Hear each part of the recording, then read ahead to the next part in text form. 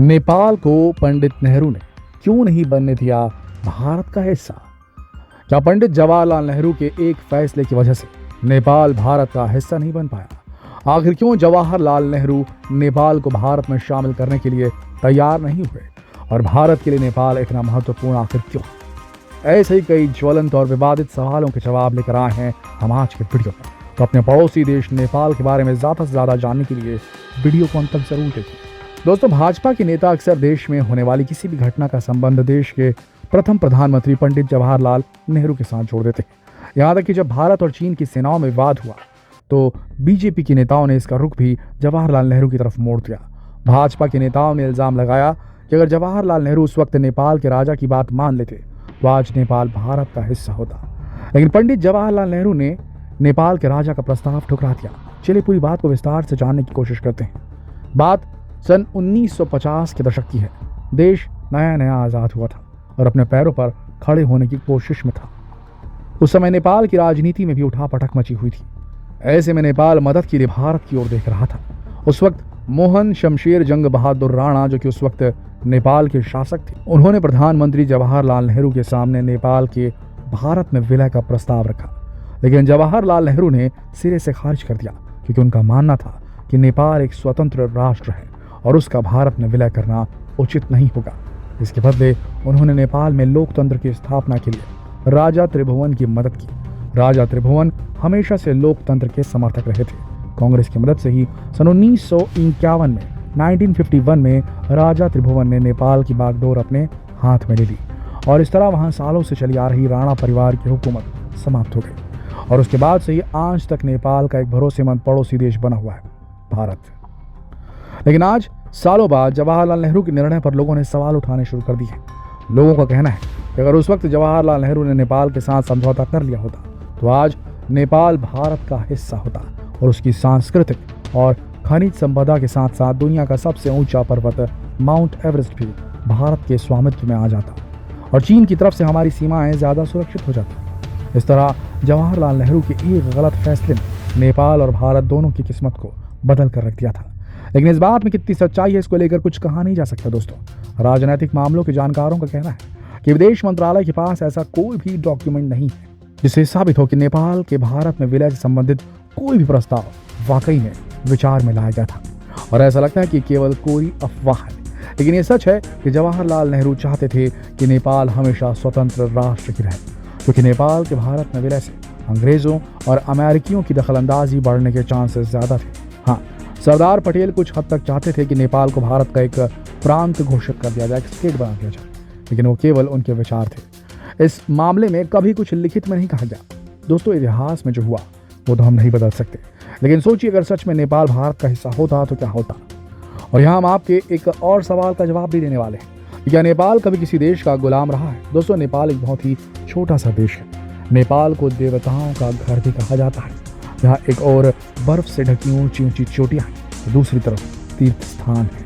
नेपाल में 81% 81% आबादी हिंदू धर्म को मानती है और 2008 तक ये दुनिया के अंतिम हिंदू राष्ट्रों में था।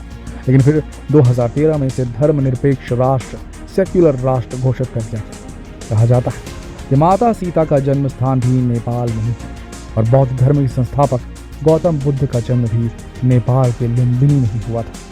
नेपाल पर बहुत पुराने जमाने से ही भारत के शासकों जैसे गुप्त वंश, सोमवंश, सूर्य वंश का राज रहा और उस दौर को नेपाल का स्वर्णिम युग भी कहा जा सकता है। आपको जानकर आश्चर्य होगा कि उस वक्त नेपाल की एकमात्र भाषा संस्कृत थी। आगे चलकर नेपाल कई छोटी छोटी रियासतों में टूट गया। लेकिन नेपाल की राजनीति पर गोरखा समाज का प्रभाव हमेशा से देखा जा सकता है। इसका सबसे बड़ा कारण गोरखाओं की बहादुरी और युद्ध कला में उनकी निपुणता थी। 19वीं शताब्दी के आते आते नेपाल में ईसाई मिशनरियों का आगमन शुरू हो गया।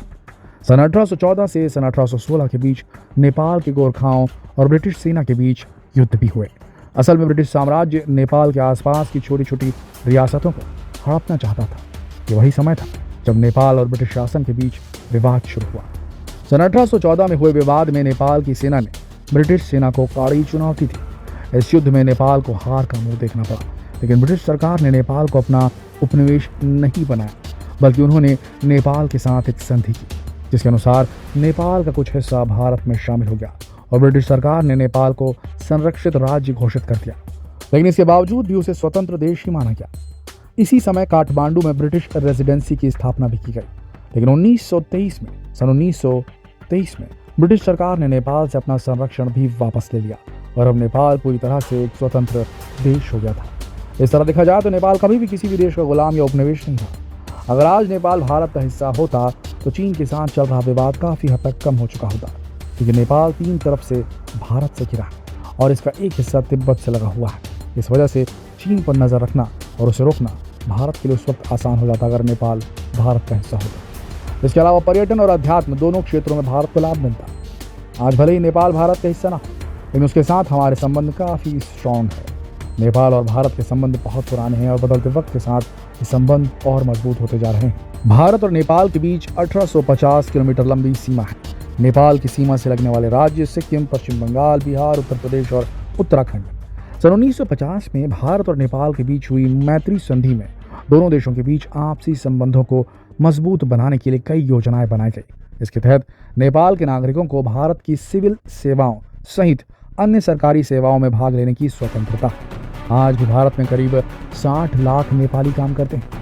45,000 से अधिक नेपाली नागरिक भारतीय सेना और अर्धसैनिक बलों में सेवा करते हैं। भारत की गोरखा रेजिमेंट की गिनती दुनिया की सबसे खतरनाक आर्म्ड फोर्सेस के रूप में की जाती है। भारत नेपाल सीमा खुली हुई है, वहाँ जाने के लिए किसी वीज़ा या पासपोर्ट की जरूरत नहीं है। नेपाल के कुल व्यापार में भारत की हिस्सेदारी 66% है। कुल मिलाकर दोनों देश एक न होकर एक दूसरे से काफ़ी हद तक जुड़े हुए हैं। या कहें कि दोनों देश अपना पड़ोसी धर्म बखूबी निभा रहे हैं और एक दूसरे के हर सुख दुख में कंधे से कंधा मिलाकर खड़े हुए हैं। दोस्तों, भले ही नेपाल हमारे देश का हिस्सा न बन पाया हो और हमारा अच्छा पड़ोसी तो बन ही गया। इसके बारे में आपके क्या विचार है? क्या नेपाल को भारत का हिस्सा होना चाहिए था? अगर नेपाल भारत का हिस्सा होता तो आज भारत का क्या स्वरूप होता? क्या स्वरूप होता भारत का? अपने विचार हमें कमेंट सेक्शन में जरूर लिखें। वीडियो को अपने दोस्तों के साथ भी शेयर करें ताकि वो भी सच्चाई से रूबरू हो सके। कल फिर मिलते हैं एक और दिलचस्प वीडियो में। तब तक के लिए आप सबका इस वीडियो के अंत तक बने रहने के लिए दिल की गहराइयों से धन्यवाद।